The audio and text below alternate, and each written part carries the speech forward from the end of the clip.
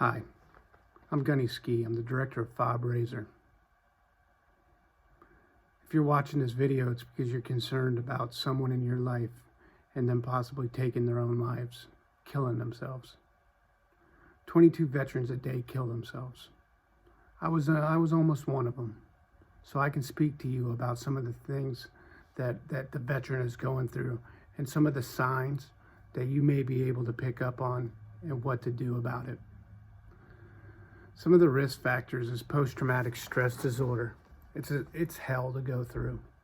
Nightmares, anxiety, depression, that high alert feeling, combined with chronic pain, TBI or traumatic brain injury for a lot of our folks, becomes a whole hell of a lot to deal with.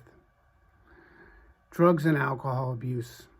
If you've got somebody that you know is using drugs and alcohol way more than they should be, you've got a problem and there's potential. Some of the warning signs are behavior changes, especially if it's somebody, if those changes correlate with a tragic event or a loss. If you have somebody that's talking about killing themselves, you got to take it seriously.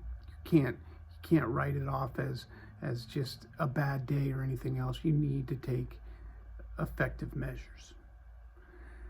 For me, I had a feeling of hopelessness. I felt like I was a burden, and I felt trapped in this life of slavery to chemicals and to my own thoughts. I was in unbearable pain from 21 years of carrying a pack on my back and traveling the world doing what I did. My drug abuse and my alcohol abuse increased exponentially, and I began to withdraw from my family and friends and anybody that I thought would pick up on what I was dealing with. I also found myself giving away a lot of prized possessions, and if that's something you see someone you love doing, you need to definitely think about what's going on and take appropriate actions. The feelings that I also dealt with was anxiety, humiliation, shame, and agitation.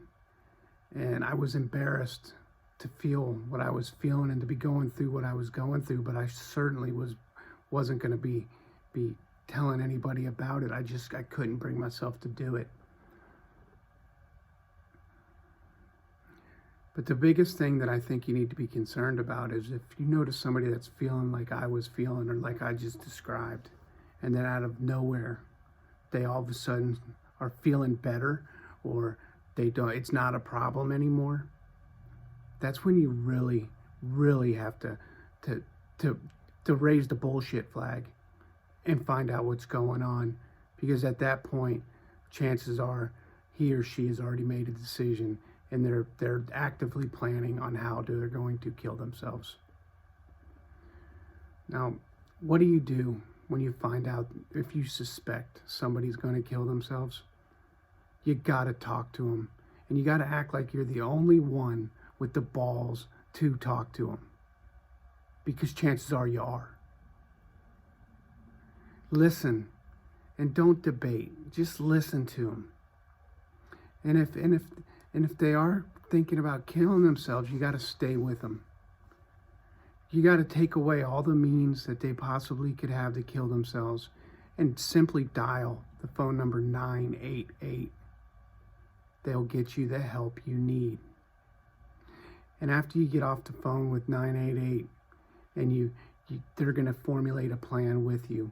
And whether it's take that person to a mental health facility or to an emergency room, you've got to be the one to take them. Like I said, you've got to act like you're the only one who has balls enough to do something about this, because chances are you are. I'm Gunny Ski. I'm the director of FOB Rasor. We're lifers for life, and we're here for you, and more importantly, we're here for your veterans and first responders. Give us a call. Thank you.